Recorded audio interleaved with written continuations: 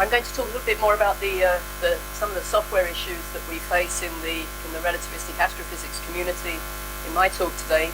I think we face just about all of the problems that I've heard about so far this week. I picked up a cold last night, so I hope I survive. So just to lay out the problem that we're addressing here in gravitational wave physics, we're of course interested in modeling relativistic systems and comparing to the observations that will take place from gravitational wave detectors. Of course, we're fortunate in the sense that we don't have any observations to compare to yet, but hopefully soon. The equations that we deal with are the Einstein equations, which look very simple. That look very simple, but in fact expand to form a very complicated set of coupled nonlinear equations. The basic formalism that is used, we have coordinate independence, so as well as evolving the physical fields, we're also evolving the coordinates in space-time, which has really for years been one of the core technical issues we've faced in how to lay out the coordinates in such a way that we avoid black hole singularities, that we avoid grid stretching and so on. But the usual numerical methods that are used in our field are structured meshes, including now multi-patch. We use finite differences in general with finite volumes when we deal with matter. The community now typically uses adaptive mesh refinement since around 2003 and higher order methods on those meshes. I should also point out that some groups also use high accuracy spectral methods when dealing with vacuum spacetimes. So the state of the art now, if we talk about vacuum spacetimes and black holes, is that this has been a 40-year effort to model black holes. And around 2005, there was a big advance in the field. For the first time, the technicals were resolved, and so we can now model black holes very robustly, vacuum spacetimes. With arbitrary, we can get waveforms from black hole collisions for arbitrary masses, spins, and momentum. And we're starting to enter a new kind of domain there where we're looking at astrophysical problems. So the numerical relativists are working with astrophysicists. We're looking at comparing waveforms with that are really going to be relevant for these understanding the signals from gravitational wave detectors. Of course, it's not quite as simple as that. It still is a challenging issue to run these simulations at scale. It's possible to get very high accuracy waveforms. It would be nice to be able to run these much more routinely and also much faster than it still takes to do a black hole simulation. But in general, the community is really now looking at relativistic matter, and we've heard some talks already yesterday about supernova. So I don't need to lay out all the challenges that we face now when we add in relativistic matter in terms of GRMHD, many issues with radiation transport for neutrinos and photons, chemical reactions. And then of course computationally we move from a petascale problem just for relativity really up towards exascale when we start thinking about how to include radiation transfer. So the software framework that we're using for this, we described a little more some of the components, but basically we have an ecosystem that is trying now to separate out the scientific issues from the computational issues and come up with a methodology that makes it possible to introduce new science into shared software and also to take advantage of the kinds of computer science programming models, the new programming models that we've also heard discussed here. So essentially we have a kind of stack that looks somewhat like this. We use the Cactus Computational Toolkit, which is a set of a component framework which defines some basic quite high-level APIs for applications on structured grids. On top of this, we have something called the Einstein Toolkit, which I'm going to talk about in a little while, which is really the domain where the computational relativists are working. They can take these modules on top of Cactus and solve a lot of problems with black holes and neutron stars, as I described. Down below Cactus, we have what we call driver thorns or driver modules. These are the components that implement parallelization, whether it's MPI, OpenMP, shared memory, or whatever new paradigm is coming along. And this is where we connect into the programming models down at the lower levels. A couple of things to point out here is you can divide out then who is interested in what layer, and these overlap, of course, and the whole ecosystem then provides a mechanism by which the computer scientists at the bottom layers can interact with what I call computational scientists, who are looking at more general numerical methods, but still don't have to be so deeply ingrained in a particular domain. And then they overlap at the top levels with the computational relativists, who really understand in detail the computational needs of this particular field. And then the aim is that really we have a lot of domain scientists at the top who are able to work with parameter files and more abstract tools to be able to do these kinds of large-scale simulations. The other thing is this doesn't force groups to adopt necessarily to be restrained in what they're doing. In fact, in our community, each group basically has their own set of modules that they use on top of this.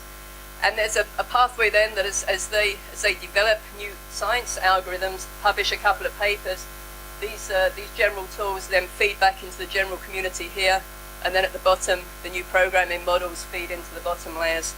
And when it works very well.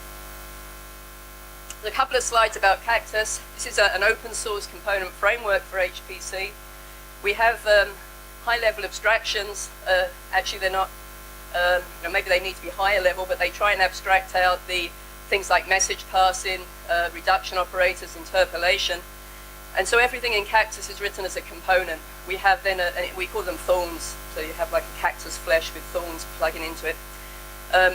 Each of these modules, that might be an I/O method, it might be some initial data set, it might be an abstract coordinate system, is defined by files which lay out what the parameters are, what the variables are, and what the methods are that component provides, in the same way that other components have this kind of notation.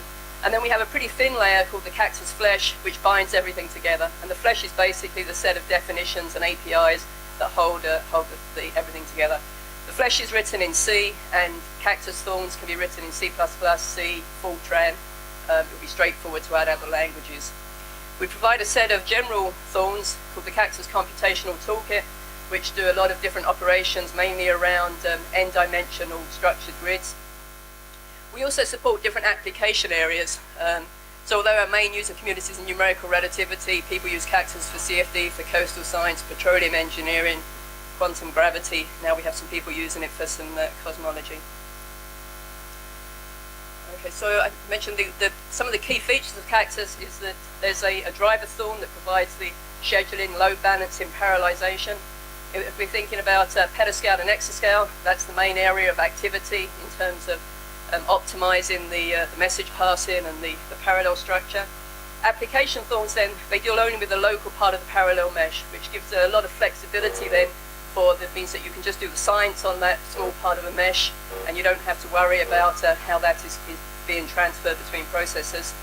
And then you can also choose different thorns, so you can have different thorns which can implement the same functionality, which means that there's a path to upgrade for people to provide advanced methods at all the different layers. A little bit of the history is Cactus came out really from the Black Hole Grand Challenge in the US, the NSF-funded Grand Challenges back in '94. When there were multiple codes and people trying to work together with different versions of different codes. And when the NCSA group then moved to the Albert Einstein Institute in Germany, we wrote this, we tried to merge all the codes together, but do it in such a way that it was a very modular structure, so that we could easily reuse code, so that the community could share and develop new code, and so that we could be highly portable and flexible to take advantage of new architectures. At that point we were very hungry to get onto the biggest machines that were coming out to do the science. And even then, we wanted to be able to support other applications so that there'll be a better overall code base and a shared infrastructure. One of the advances that was made just back in 2003 was that Erich Schnetter. We had a number of projects trying to get adaptive mesh refinement in Cactus. Finally, Erich Schnetter wrote a set of thorns called Carpet, which provided that for us. This follows a Berger-Oeliger style adaptive mesh refinement, has subcycling in time. And this actually sort of showed how the abstractions that we had with Cactus work very well. Essentially, over a year, every group that was using then Cactus for numerical relativity and other areas could move quite straightforwardly from unigrids to adaptive mesh refinement without rewriting code. I mean, there was a few tweaks that needed to be done, but this had a shift of people being able to do much quicker, much larger, much higher resolution runs.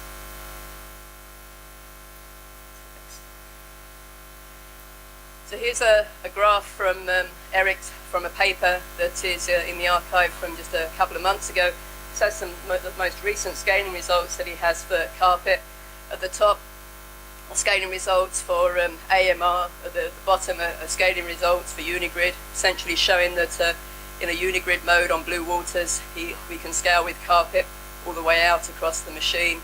On the adaptive mesh refinement, a TOV star, we get to around 16,000 or so cores before that's the last point now.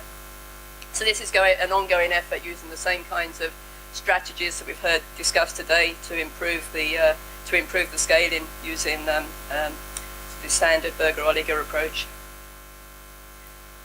So if we think about starting to talk about how the numerical relativity community work together to use Cactus, so this has been an evolving technical and social kind of issue. So back in '97, we released the first version of Cactus, which at that point was just was for relativity. It only had relativity was built into the whole of the framework. And this was really only possible because we're at a Max Planck Institute in Germany that had core funding just to be able to put to have long-term funding to even think about doing a new code structure. We had also some funding from NCSA, and that made it possible to do something that was pretty new at the time. We released Cactus 4 in 1999, which separated out the relativity part of Cactus into a set of thorns we called Cactus Einstein. And these were really expanded on a lot in the next few years with a Europe-wide network under the fifth framework called Sources of Gravitational Waves, which led to the WSGI code, which was the first implementation of GRHydro into Cactus. So for some years, groups continued to develop codes based on this small set of Cactus Einstein thorns. There was still a lot of competition. People were really trying hard to solve this two black hole problem that was competing quite heavily on techniques to do that. And as I mentioned before, around 2005, when this problem was finally solved, it seemed there was a much bigger willingness in the community to share the basic tools now. We all understood how to evolve black holes for long time periods and accurately. So we had a couple of awards from the NSF, from the Physics of the Information Frontier solicitation, which started leading more towards a community-led infrastructure built on top of Cactus, which we called the Einstein Toolkit. And right now, the partners in this award from NSF are LSU, RIT, Georgia Tech, Caltech, and then the Albert Einstein Institute continues to be a big supporter. I just wanted to mention here that we also have other applications that we're working with Cactus. This is a model here. It's just a 2D Gaussian evolution using the shallow water equations. This is a project with the Civil Engineering Department at LSU, which some of the Cactus group have been working on. And so this is going quite well. We've been able to take their single core, quite a mature community code called CaFUNWAVE and turn it into a set of Cactus modules, and they can now run this at scale and starting to put in more science into it. The point I wanted to make though was we talked about career paths. This is one way that we have for providing career paths for the scientists working in here. These scientists are working at the Centro for Computation and Technology at LSU, and the model is that I provide some of the funding from the grants we have from NSF, but the Centre provides some more long-term funding and career paths for these. But in return, the scientists are expected to work with other applications on the campus, help them to take advantage of the resources, scale up their computing, be able to do things like advanced I/O. And of course it works very well because in many disciplines, the actual core underlying techniques here for evolving waves and fluids is pretty similar. So this is going very, very well. And of course with a broader support base of the set of applications at the lower levels, it means we have more opportunities for funding. It means the overall code infrastructure improves. Okay, so the Community Einstein Toolkit few words about that. So this is from our nice cute logo of Einstein with a tool. From our webpage, we worded it carefully. The Einstein Toolkit Consortium is developing and supporting open software for relativistic astrophysics. Our aim is to provide the core computational tools that can enable new science, broaden our community, facilitate interdisciplinary research, and take advantage of emerging petascale, maybe now exascale computers and advanced cyber infrastructure. So this is really now much more of a community-led software, although it's still based on Cactus. It's not actually tied to that anymore. We ask people to sign up through the web page if they're using the code, and that way it's easy to make sure that they have a voice in development. We have open development meetings every week that different people will dial into to find out what's happening or to lobby for something. We have about 94 people who have signed up as members, and to tell you another 50 who are using the code who don't sign up. 49 sites using Cactus, 14 countries, and this is I'm quite pleased with this. This is a pretty small community, so I think we have about half of the groups doing numerical relativity that are basing or using Einstein Toolkit as part of their work now. We have what we hope is moving towards a sustainable community model, which is important for thinking how this plays out in the long term. We support with the grants that we have a small set of maintainers that are distributed, that really are the people that oversee the technical developments. They vote on things, they look out for quality control, they do distributions and releases and so on. But they're all working numerical relativity scientists, postdocs, and faculty. The whole consortium is engaged in the directions, the support. We have a very active help mailing list that discusses and different strategies and helps out people with problems. Open development meetings and a few workshops every year. We're still trying to figure out what a more official kind of governance model would be for this, and looking at what's happening in other communities there. It's a little map of just where the people have signed up for the Einstein Toolkit from. And it's one of the great things, of course, is that with an open toolkit like this, that you can have students from any part of the world with any kind of base infrastructure now that can get hold of this code, start using it for physics, even without a lot of support at their local site. So we have around 150 Cactus thorns in the Einstein Toolkit that provide initial data, evolution methods, analysis, adaptive mesh refinement. We're also starting to provide the kinds of tools you need for visualization, so that ideally everything works out of the box. You don't have to write your own visualization tool. We also provide, through this mechanism, standard interfaces for general relativity variables. So there's one of the thorns kind of defines the base variables that are evolved for, or that are output for vacuum or hydro space-times. That's not to say that you're restricted to evolving those, but there are modules that you can add that will convert back to those variables, so that when we're comparing things, everybody's comparing like with like. We have software contributions from other groups, not just the people who are actually funded to support Cactus, and we have contributions now that are going beyond the Cactus framework. And because it's modular and component-wise, actually it's not a big deal to think of moving to some other framework or some other paradigm when that comes along. We also have a number of examples and tutorials that lead people through complete production codes for evolving black holes and neutron stars. So you can basically follow a web page that will guide you through how to run some of the real parallel simulations here. For new users, to make it really easy for people to get in and try it out, how important that is, we also provide a test account on the local machines at LSU, on one of the Lonnie supercomputers, for a few months, so that people can actually run it in a known environment. And that way, as everyone knows, if you're using different libraries as we are, it can be sometimes quite challenging to figure out how to run a code on a random laptop. So this way, everyone is, when they start, can be using the same machine. It's easy to help people get up to speed. The same diagram I had before, just now I've explained it. Maybe it would be more understandable, just that using this kind of structure of abstracting out of the different layers, there is a mechanism that can bring in not just a general open toolkit, but has real pathways for bringing innovation in science and computer science in. So one example here, this is a paper that's published recently comparing, this was part of the Analytic Relativity, Numerical Relativity Alliance, comparing waveforms for gravitational wave detection. So they had about 25 waveforms that were submitted here, and 6 out of the 9 codes were using the Einstein Toolkit, although the actual code that was used included each group's own particular secret ingredient somewhere in there. There are, of course, issues. We have to understand really what are the main incentives for people to share software and to reuse software. A big issue that's being talked about in a number of forums is how to give credit now for software and for data as part of people's promotion and tenure and other kinds of assessment. We have a challenge on how to even cite the Einstein Toolkit. Given that it's so modular, you can't cite 200 modules very easily within a traditional paper. But as we have more digital kinds of citations, hopefully that will get easier. We use the Einstein Toolkit in teaching at LSU. There is an REU, a Research Undergraduate Experience Award, that undergraduates come in 6 weeks in the summer. They can be running parallel simulations, doing advanced AMR, things that we've been trying for 40 years to do. They can do in a couple of weeks. We use the Einstein Toolkit as part of a graduate scientific computing course at LSU as well.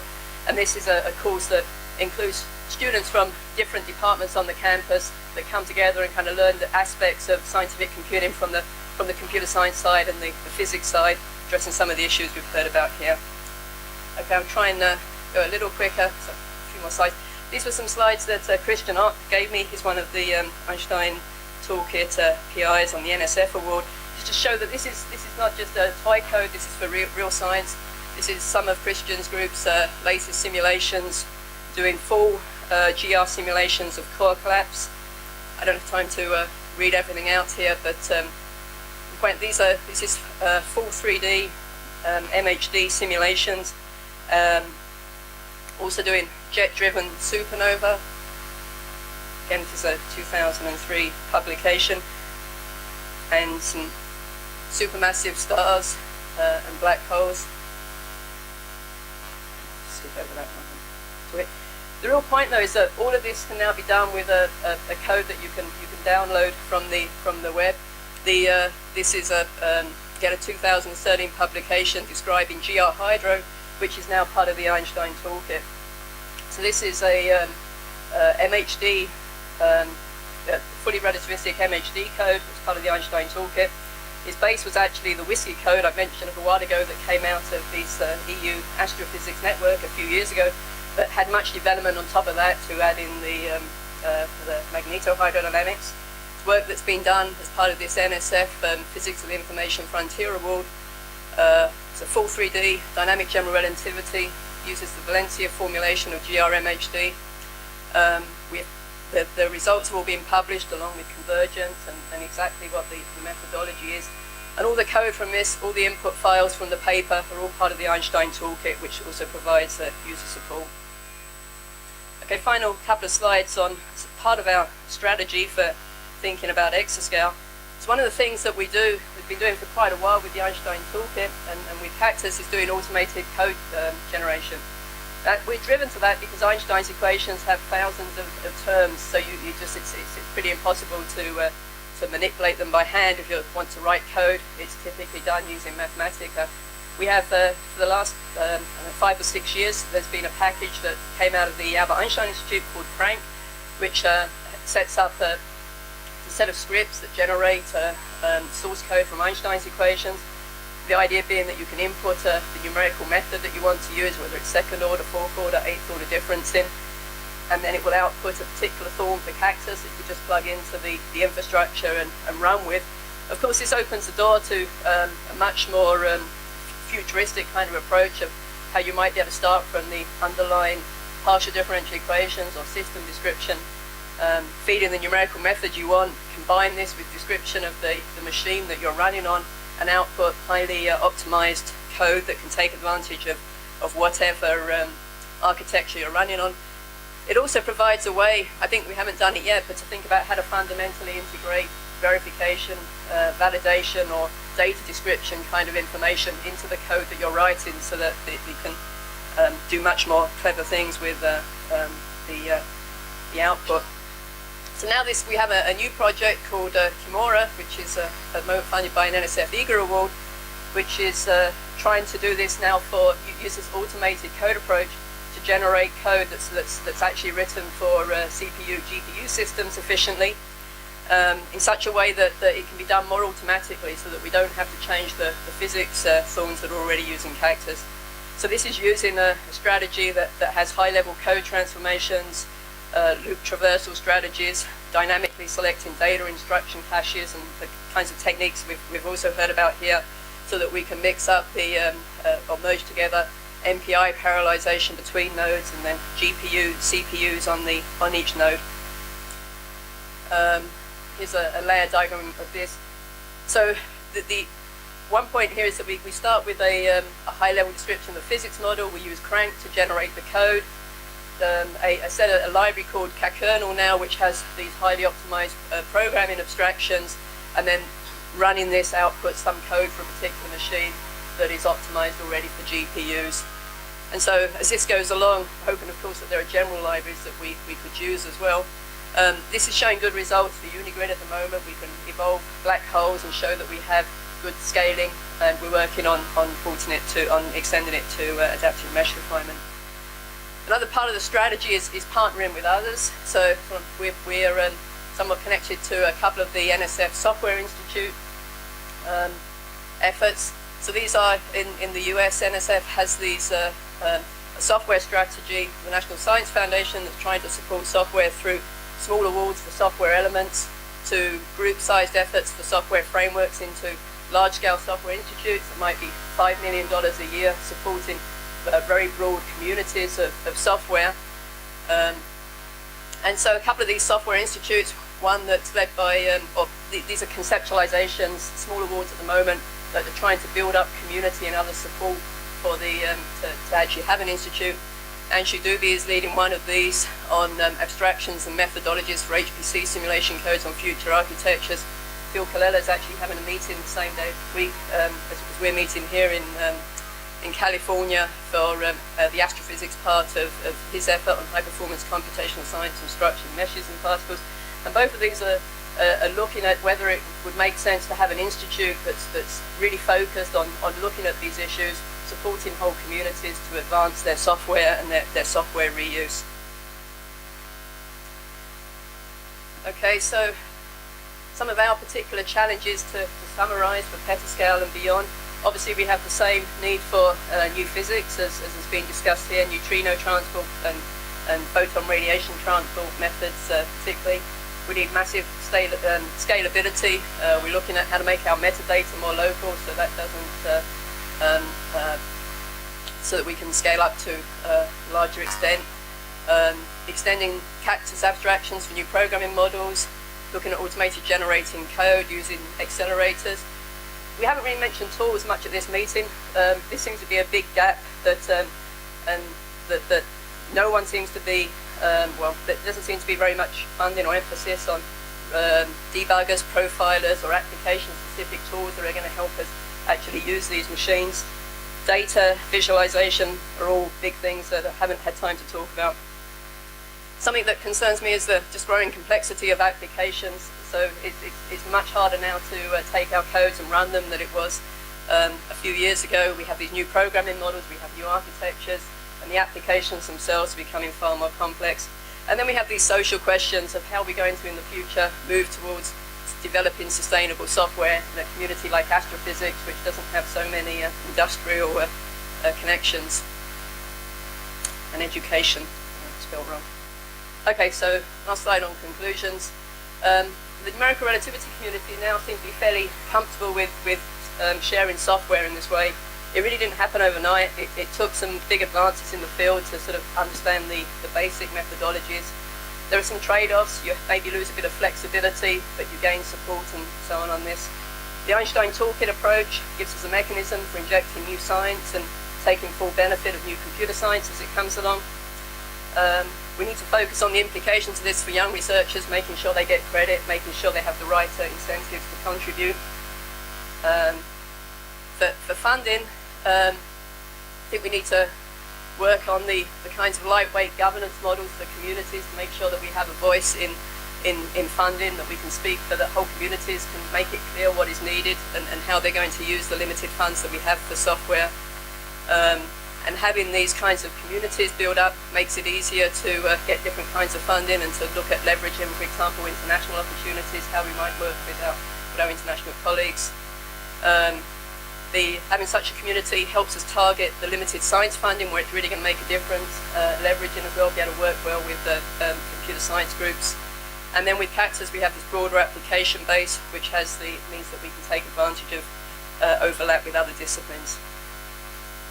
Okay, so this is obviously not just done by me. I want to particularly give credit to the younger scientists who have really been a pleasure to work with because of their enthusiasm, not just for the science, but for making science open and sharing software in this way. The final plug, we have a workshop at Supercomputing in Denver on the Sunday at Supercomputing. First workshop on sustainable software for science. There's starting to be a lot of discussions, I think, now how to do this in a more general way.